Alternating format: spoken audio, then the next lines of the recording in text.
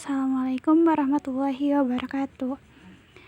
Perkenalkan, nama saya Ira Pilianti. Saya dari kelas reguler 4B, Prodi Kesehatan Masyarakat, Universitas Ibnu Khaldun Bogor. Jadi, video ini dibuat dalam rangka memenuhi tugas UAS mata kuliah Islam Disiplin Ilmu Kesehatan. Jadi di video ini saya akan membahas beberapa materi. Pokok bahasannya yang pertama itu ada kesehatan lingkungan, yang kedua ada kesehatan jiwa, yang ketiga ada determinan kesehatan, yang keempat ada kesehatan reproduksi, yang kelima ada kesehatan masyarakat dalam menanggulangi LGBT, yang keenam ada pelayanan kesehatan Islami, dan yang ketujuh, yang terakhir itu ada Islamisasi masyarakat. Langsung saja yang pertama, pembahasan pertama ada kesehatan lingkungan. Di sini ada beberapa poin. Poin yang pertama itu lingkungan yang tidak dijaga dengan baik maka akan menimbulkan kerusakan. Kerusakan ini tidak hanya dirasakan di duniawi saja, akan tetapi dalam perspektif Islam itu kerusakan akan dirasakan di akhirat kelak pula, karena segala sesuatu yang ada di dunia ini termasuk lingkungan merupakan titipan Allah Subhanahu wa taala. Apabila kita tidak menjaga dengan baik dengan semestinya, itu termasuk penjoliman terhadap lingkungan. Yang poin kedua ada kerusakan yang terdapat di muka bumi ini, baik di daratan maupun lautan, akibat oleh manusia.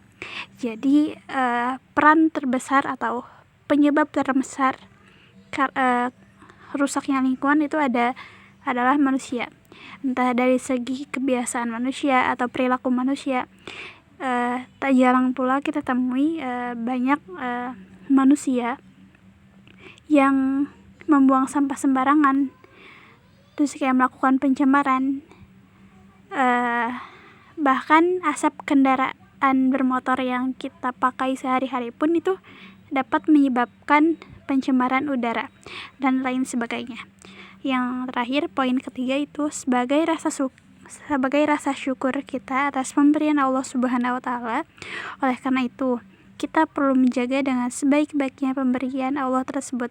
Jadi, segala sesuatu yang ada di muka bumi ini, baik lingkungan atau apapun yang kita punya, termasuk titipan Allah Subhanahu wa taala. Jadi, apabila kita dititipkan sesuatu, maka kita harus menjaga dengan sebaik-baiknya.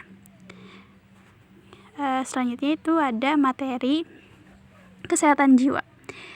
Di sini terdapat beberapa poin. Poin yang pertama itu manusia terdiri dari jiwa dan raga. Jadi dalam manusia itu tidak dipungkiri, jadi ada dua sisi, dari sisi jiwa dan raganya. Terus pendidikan atau pemahaman jiwa lebih diutamakan atau lebih didahulukan dibandingkan dengan jasadiah, raga. Jadi dalam perspektif Islam ini, kesehatan jiwa itu hal yang paling penting, hal yang harus diutamakan ketimbang dengan jasadiah. Jadi apabila jasadiah atau raga kita baik, tapi dari segi jiwa atau psikologi kita kurang baik, itu akan sangat besar mempengaruhi, terutama dalam hal ibadah. Apalagi di dunia masa sekarang ini mulai banyak nih bermunculan kayak penyakit jiwa kayak stres dan lainnya gitu. Karena disebabkan manusia yang terlalu memikirkan kesehatan jiwanya saja, akan tetapi kesehatan mentalnya itu kurang dijaga. Selanjutnya, poin yang kedua ada sebagai seorang muslim, kita perlu mendidik jiwa dalam ketakwaan pada Allah Subhanahu wa taala. Jadi dalam perspektif Islam ini, mendidik jiwa atau mendidik jiwa atau mendidik jiwa atau mengurus jiwa kita ini dalam perspektif Islam ini nggak cuman karena hal-hal yang lain, tapi harus karena ketakwaan kepada Allah Subhanahu wa Ta'ala. Poin yang ketiga, salah satu terganggunya kesehatan jiwa seseorang adalah karena terlalu cinta dunia yang dapat menimbulkan keburukan yang lainnya. Jadi, apabila seseorang terlalu cinta dunia, maka dia akan menghalalkan segala cara agar menjadikan dunianya terasa istimewa bagi dia. Tak jarang pula, orang-orang yang terlalu cinta dunia ini terkadang menyalahi aturan syariat, baik itu kayak korupsi dan lainnya. Padahal apabila seseorang mengejar akhirat, maka dunia akan mengikuti. Sebaliknya, apabila seorang terlalu mengejar dunia, akan tetapi akhirat dilupakan, itu sama saja dia terjerumus dalam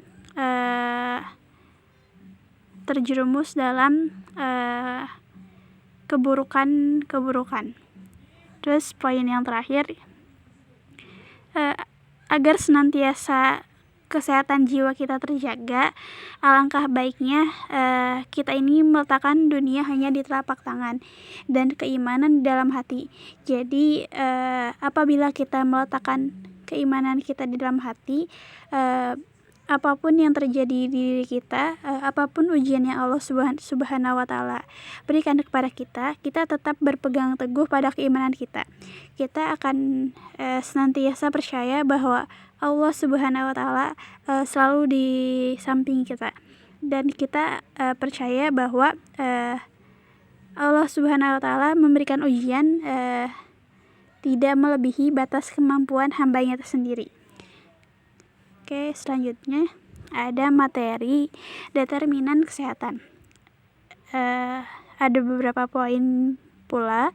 Yang pertama itu faktor yang mempengaruhi status kesehatan secara umum atau dalam perspektif barat menurut H.L. Bloom itu ada karena genetik, lingkungan, pelayanan kesehatan, dan perilaku. Mungkin teman-teman yang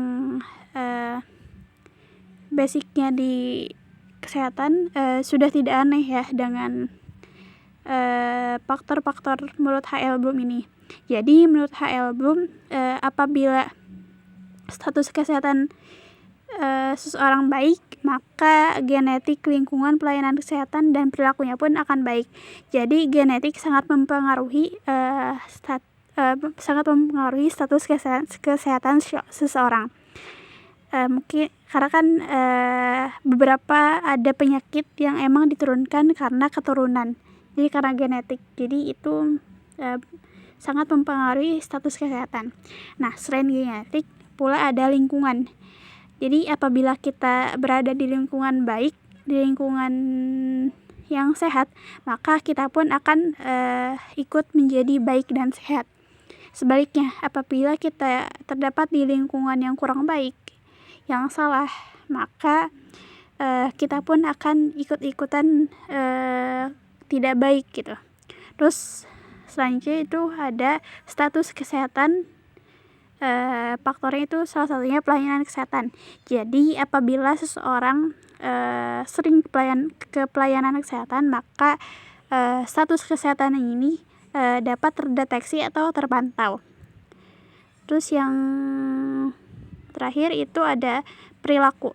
Jadi status kesehatan ini sangat mempengaruhi perilaku. Jadi perilaku kita dalam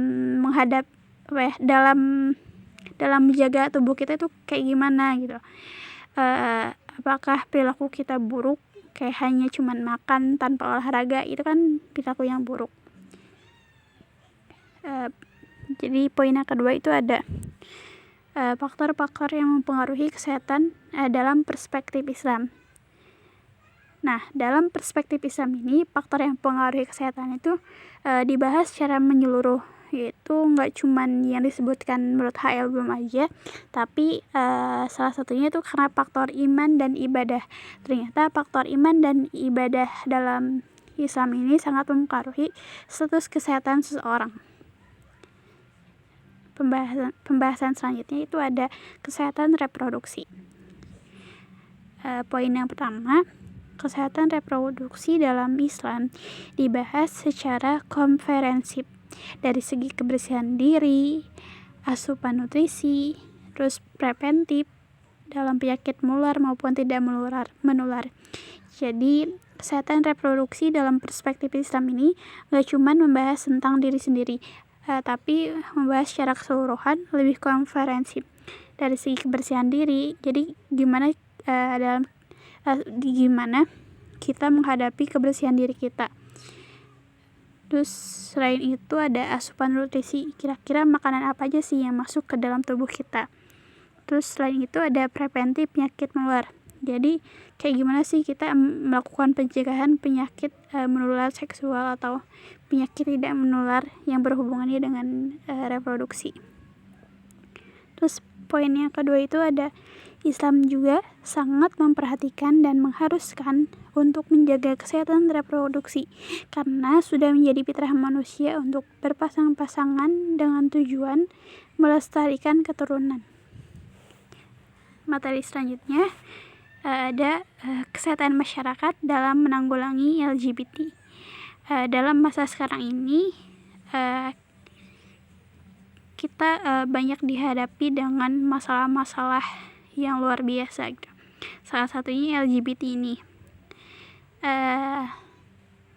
Kasus LGBT ini sebenarnya sudah sempat dialami di zaman lalu pada kisah kaum Nabi Lut.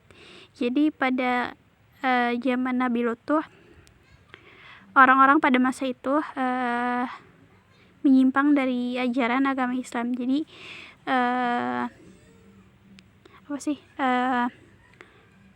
laki-laki suka dengan laki-laki dan perempuan suka dengan perempuan. Jadi sangat menyalahi aturan syariat agama Islam.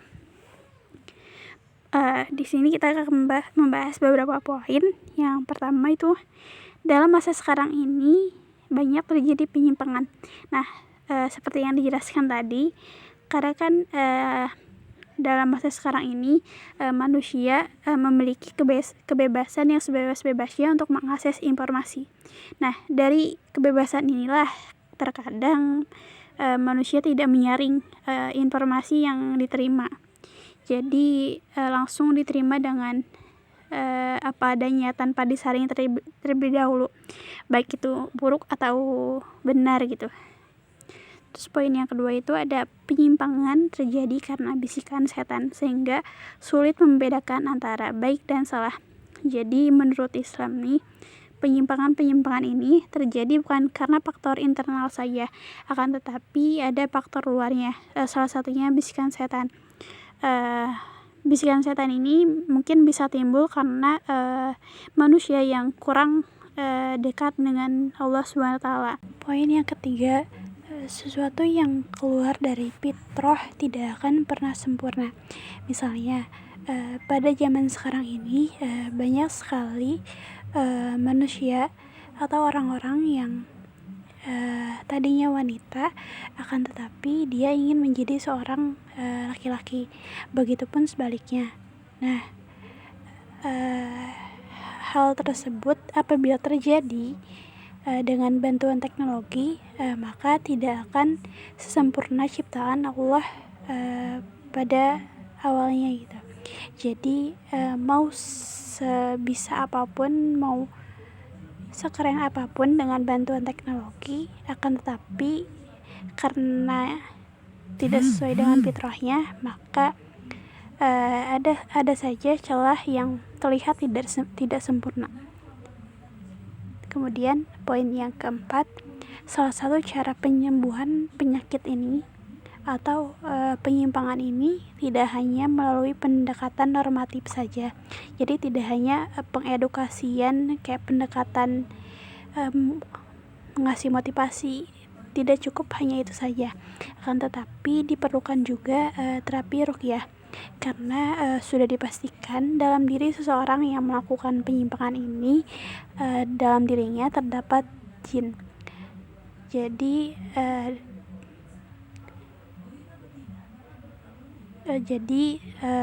cara mengatasinya harus dengan terapi ruqyah. Nah, selain dari terapi ruqyah dan pendekatan normatif, yang ketiga itu solusinya ada ditempatkan di tempat pergaulan yang baik atau ditempatkan di lingkungan yang baik. Selanjutnya materi mengenai pelayanan kesehatan Islami. Nah, pelayanan kesehatan dalam Islam itu ternyata tidak hanya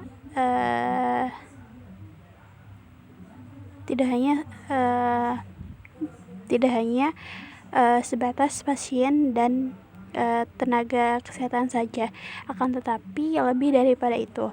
Mari kita bahas yang pertama itu bagi seorang muslim memberikan pelayanan kesehatan dinilai sebagai nilai ibadah.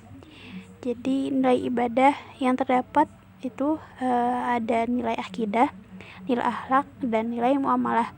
Jadi sebagai seorang muslim, ketika kita melakukan pelayanan kesehatan tidak hanya sebatas pekerjaan, akan tetapi dalam Islam pelayanan kesehatan ini mencakup beberapa nilai. Yang pertama nilai akidahnya, nilai akhlaknya, dan nilai muamalah. Terus poin yang kedua, nilai yang perlu dibangun dalam prinsip-prinsip pelayanan kesehatan itu yang pertama prinsip ihsan, yang kedua prinsip rahman, yang ketiga prinsip memberikan pertolongan, yang keempat prinsip memberi manfaat, yang kelima prinsip memudahkan, yang keenam prinsip memberikan kebahagiaan, dan yang terakhir prinsip ukhuwah. Jadi dalam prinsip-prinsip ini salah satunya prinsip memberikan pertolongan. Jadi niatkan dari diri kita bahwa pelayanan kesehatan ini sebagai bentuk kita menolong sesama umat manusia gitu. Misalkan tenaga kesehatan membantu pasien dalam memenuhi kewajibannya gitu, yaitu mendapatkan pelayanan kesehatan dengan sebaik-baiknya. Begitupun dengan pasien terhadap tenaga kesehatan. Nah, selain itu ada pula prinsip memudahkan.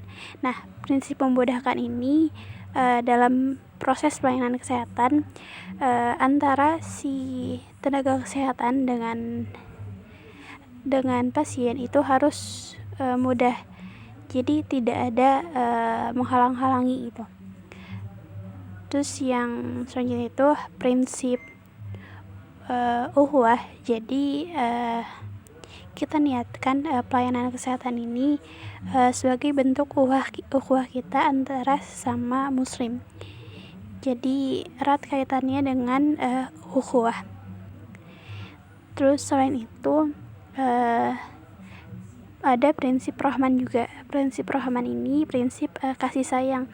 Jadi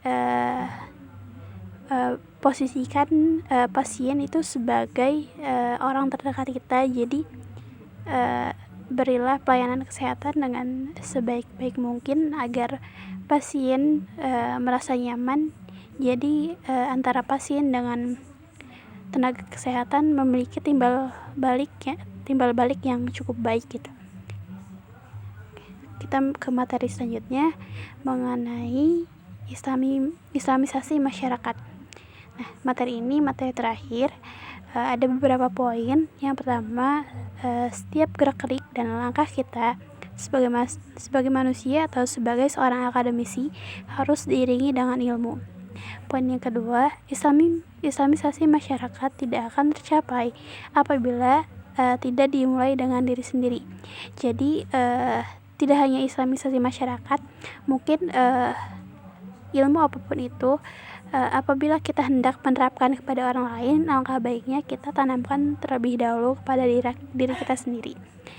Terus yang poin yang ketiga itu, dalam mengislamkan masyarakat kita tidak boleh ikut-ikutan, apalagi di masa sekarang ini banyak isu-isu yang terlalu bebas, maka perlu tabayun terlebih dahulu.